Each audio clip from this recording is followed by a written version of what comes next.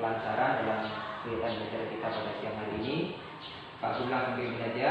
Kita berdoa menurut agama dan keyakinan kita masing-masing. Berdoa mulai.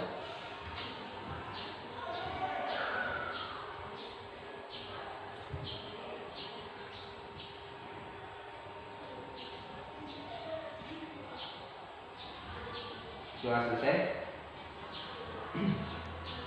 Baik, sebelum kita ke materi, Pak Guru akan cek hadiran dulu ya.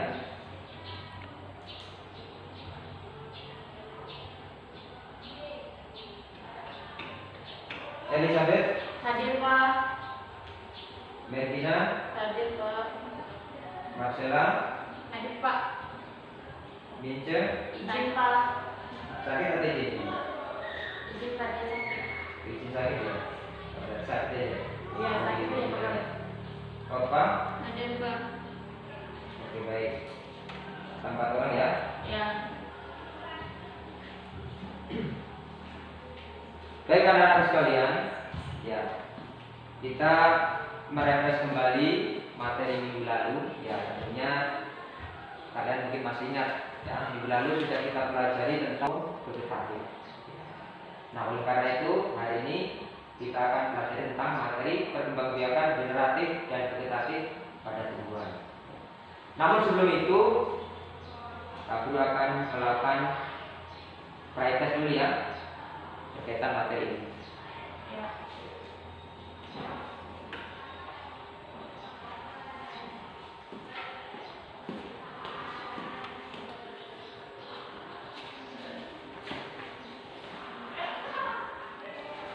Jangan lupa tulis nama kita. Dan pertemuan kali ini yaitu 3D7 menjelaskan konsep reproduksi pada tumbuhan dan hewan. Indikator yang pertama menjelaskan konsep reproduksi pada tumbuhan. Kemudian yang kedua mengidentifikasi jenis-jenis reproduksi vegetatif pada tumbuhan. Kemudian yang ketiga menyusun laporan proses reproduksi pada tumbuhan dan hewan. Ini yang nanti akan kalian presentasikan. Kemudian indikator yang 4.1 mempresentasikan hasil pengamatan terhadap proses reproduksi vegetatif buatan pada tumbuhan. Nah, nanti dalam LKPD kalian akan kerjakan ini. Ya. Kemudian tujuan pelajaran yang akan kita capai, yang pertama kalian dapat menjelaskan pengertian reproduksi secara generatif dan vegetatif pada tumbuhan dengan benar. Ya, ini harus kalian paham. Ya. Kemudian yang kedua, kalian dapat mengidentifikasi cara perkembangbiakan vegetatif dan generatif pada tumbuhan dengan benar. Nah, itu yang kedua. Yang ketiga, kalian dapat mendeskripsikan kelebihan dan kekurangan perkembangbiakan vegetatif buatan dengan benar. Ya, nanti ada beberapa perkembangbiakan vegetatif yang buatan nanti harus kalian tahu. Kemudian yang 4.71 melalui pengamatan gambar kalian dapat mempresentasikan cara perkembangbiakan vegetatif buatan pada tumbuhan, yaitu mencangkok, menempel dan menyambung dengan baik. Ini yang kalian akan lakukan nanti dalam proses pengujian LKPD. Baik, kita langsung saja ke tayangan video berikut. Ya, nanti kalian simak, kalian perhatikan apa yang kalian bisa tangkap dari tayangan video berikut yang berkaitan dengan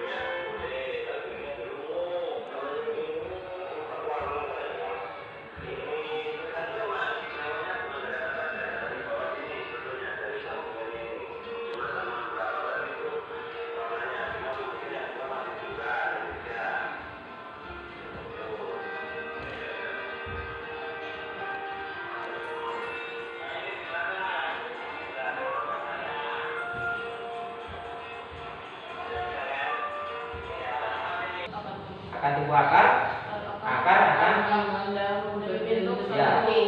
membesar dan membentuk namanya ubi. Ya. Nah, ubi inilah yang dikatakan sebagai cadangan makanan yang mengandung banyak karbohidrat. Ya, prosesnya lama untuk bisa menghasilkan ubi ini, ya tergantung dari keadaan lingkungan atau keadaan tanah. Kalau tanahnya subur, maka dia cepat besar atau cepat berkembang. Tetapi kalau tanahnya tandus, lama, ya seperti itu.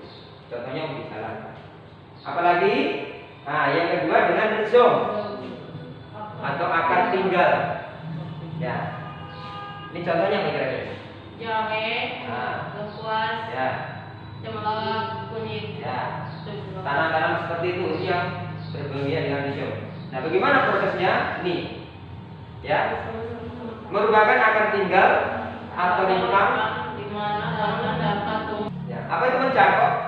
Nih, Merupakan salah satu cara paling mudah untuk mendapatkan tanaman. Tujuan dari mencangkok adalah untuk mendapatkan ketemuan yang lebih lagi dari satu tumbuhan. ya, ini ya. Tujuan utamanya untuk meroleh tanaman yang bermutu dari satu tumbuhan. Ya.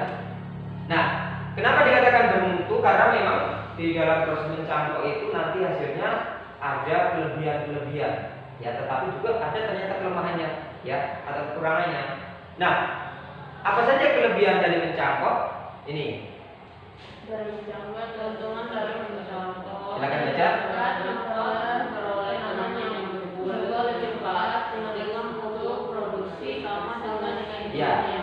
Biasanya kalau kita mencangkok itu hasil cangkokan akan sama persis dengan induknya. Misalnya kita cangkok mangga ini pasti yang enak ya, manis, buahnya manis, besar. Ya, maka hasil cangkokan akan sama persis nantinya. Ya, buahnya juga manis dan juga besar. Ya, karena dikatakan ini memiliki kesamaan dengan induknya. Ya, itu kelebihannya. Tetapi ada juga kekurangannya. Nah, apa kekurangannya nih? Sedangkan kekurangan dari mencangkok adalah hasilnya mengandung udara.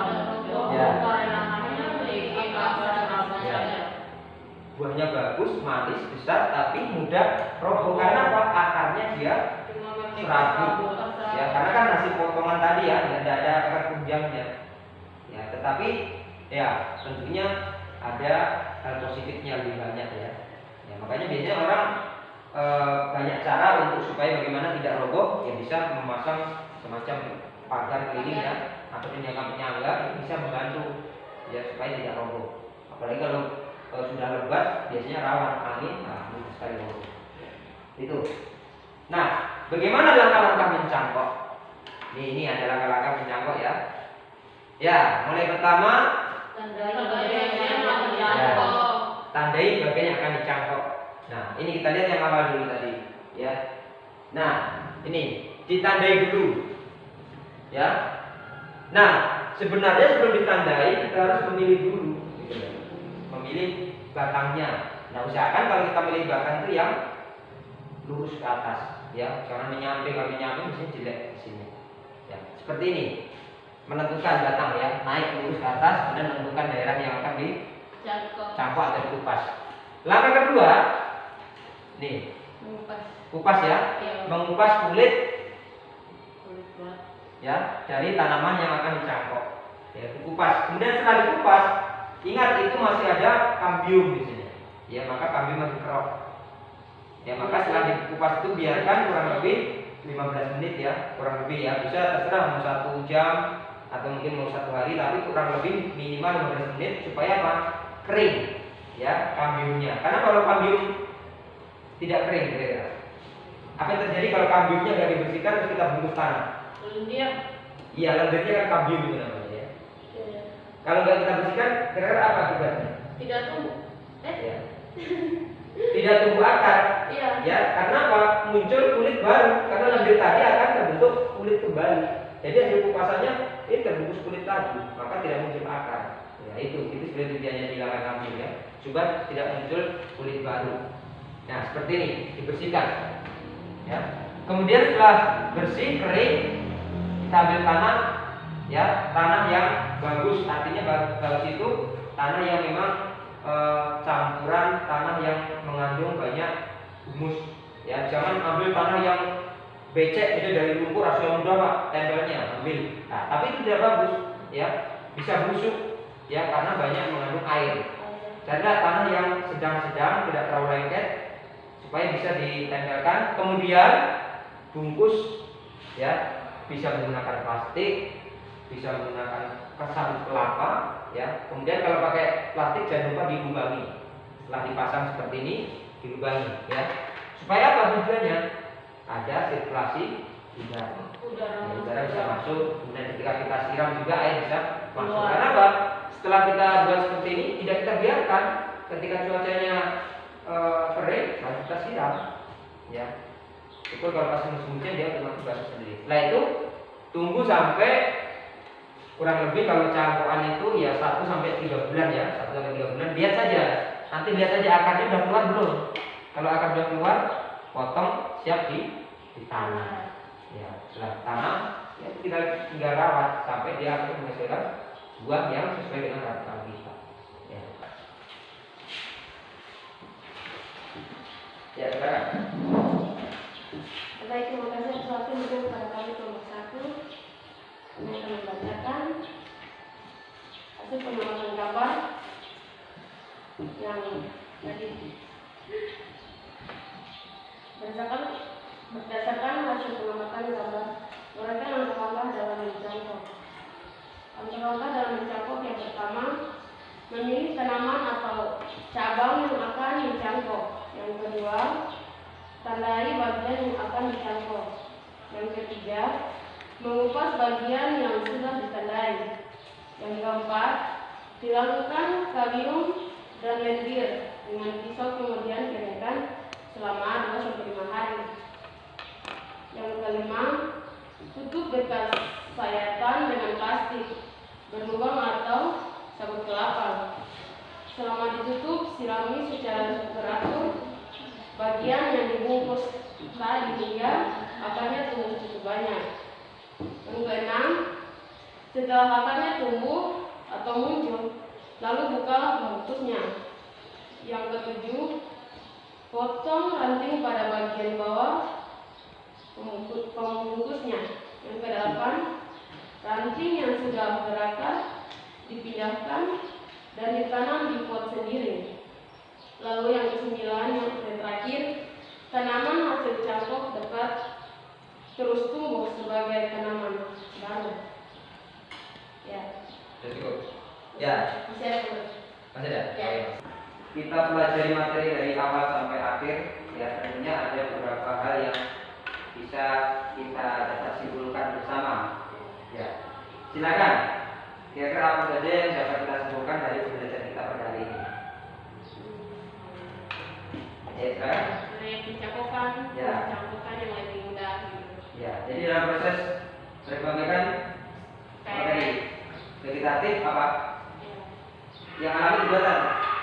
Kalau vegetatif itu alami. Ya, ada dua ya, ada jenis alami dan Buatan. Ya. Apa saja yang alami? Yang alami itu seperti ubi batang. Ya, ubi batang. Apa lagi? Model. Nanti contohnya botol ya, tapi apa? Ya. Jadi tadi diawali dengan doa, maka kita akhiri juga dengan doa. Mudah-mudahan apa yang kita pelajari hari ini bermanfaat dalam kehidupan kita ya. Kita akan punya doa menurut agama dan keyakinan kita masing-masing. Berdoa mulai.